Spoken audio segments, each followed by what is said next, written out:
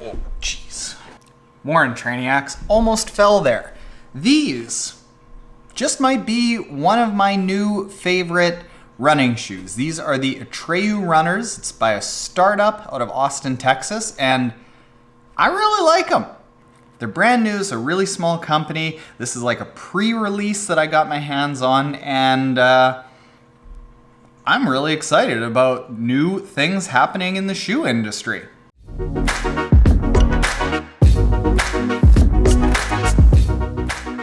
So, Trainiacs, these Atreyu shoes aren't necessarily my favorite running shoes. That award will go to the Vaporfly 4%, not even the newest ones.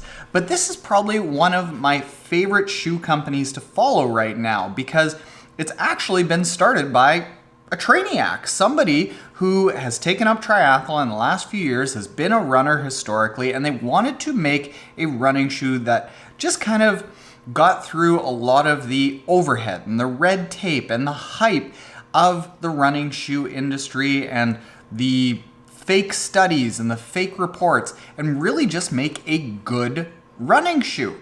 And that's what they've made. So while this isn't my favorite running shoe, it's one of my favorite running shoe companies to follow because it's got personality. We see what they're going through as they're bringing in shoes and as they're figuring out how to stock all the shoes, and I think it's really interesting. So let's get into how this shoe actually performs. The stats on it are that it is a $95 shoe, very, very accessible. It's a 5.6 ounce shoe, very, very light. It has a 6mm heel to toe drop, being 21.5 millimeters in the heel and 15.5 millimeters in the forefoot.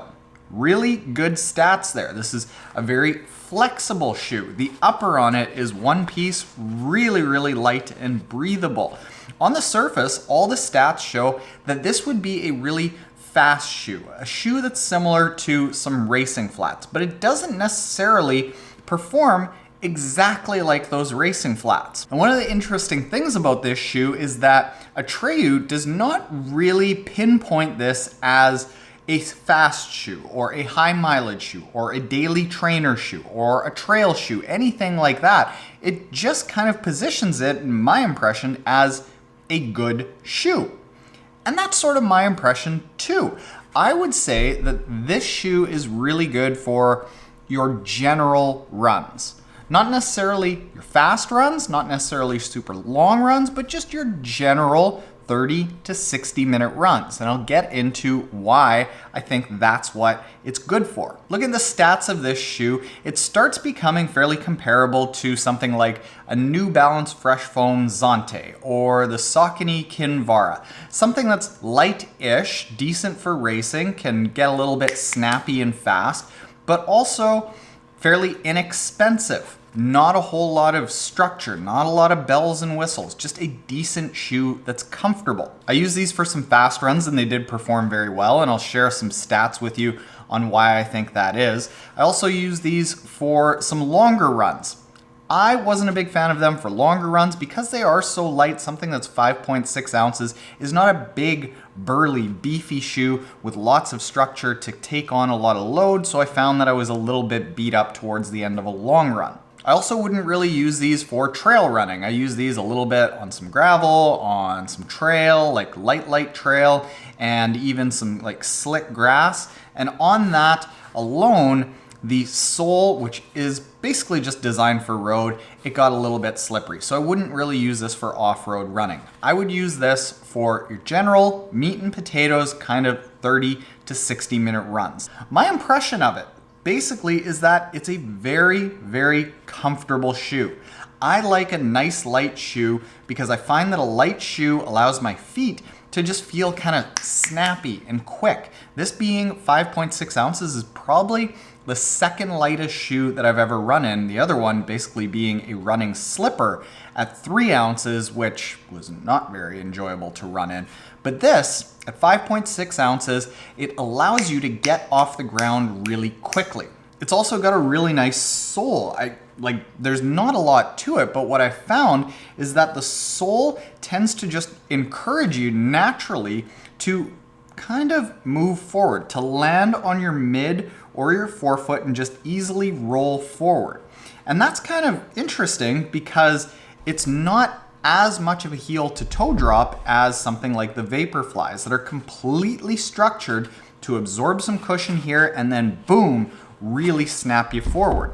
This, just with the structure of the sole, the density and the type of foam that they've used in a sole, it's got a really nice natural feel to it. Like I say, I would compare these to a Saucony Kinvara and New Balance Fresh Foam Zonte, just something that's a decent feel, a nice, comfortable feel, smooth inside, nice, small, thin little tongue, really long laces for a double knot or a runner's knot that you can tie tightly and you're not gonna have to worry about it coming undone. It's just a good shoe. But where I struggled a little bit with this shoe is in what it's kind of good at and what it's like not so clearly good at. I think it's that fact that it is just kind of a generally good shoe. It's not great at being anything. So like I say, the long runs, probably a little bit light to absorb all that pounding.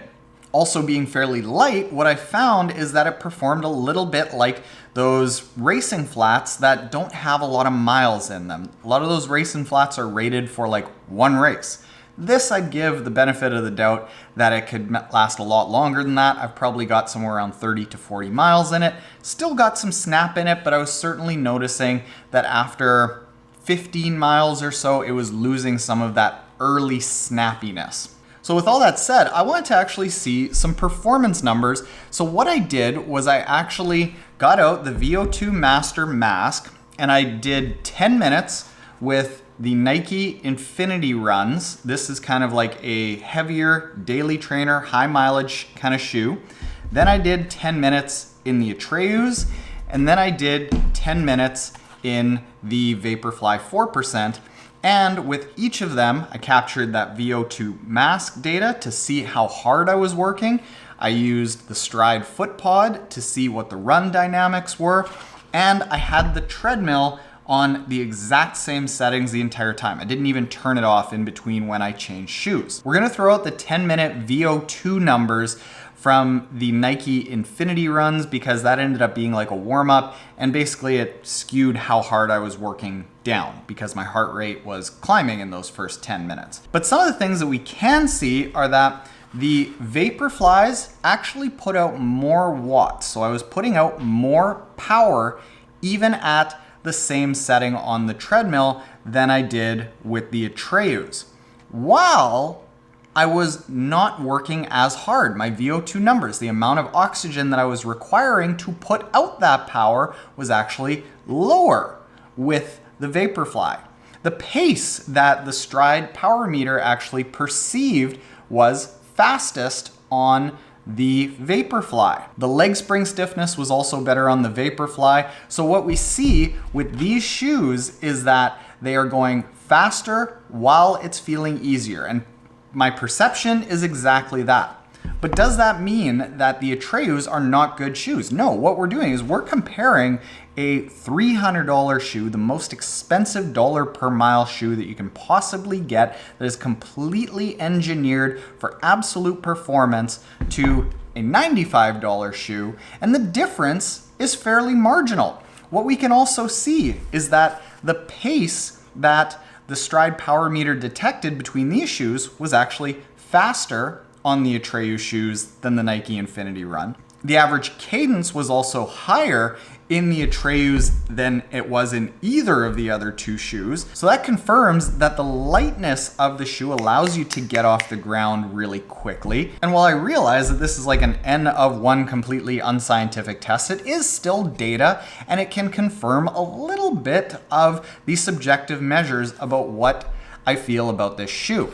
That being that this is a good shoe, it's a comfortable shoe, but because it is so light, because there aren't a lot of bells and whistles going on with it, you're not gonna get a shoe that does a lot of the work for you but you're getting a shoe that at $95 is still very comfortable and very capable. So with that said, I've got no problem at $95 recommending that people give them a try.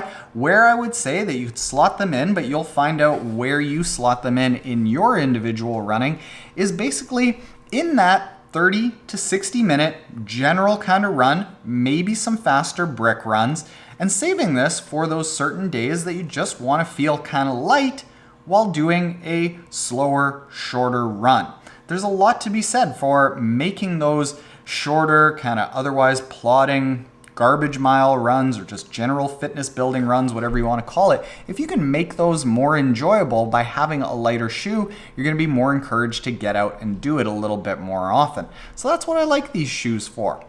That said, on a dollar per mile kind of basis, you're probably going to go through them fairly regularly, but it's not going to break the bank because it's not a super expensive shoe that you have to replace constantly. So thanks, Michael, founder of Atreyu, for sending this out. Really interesting to follow along. People should go follow and give it a shot. I think it's one of the most interesting shoe stories that's going on out there. And if you aren't already subscribed and you like shoe reviews and a little bit of pseudoscience like this, hit the subscribe button below.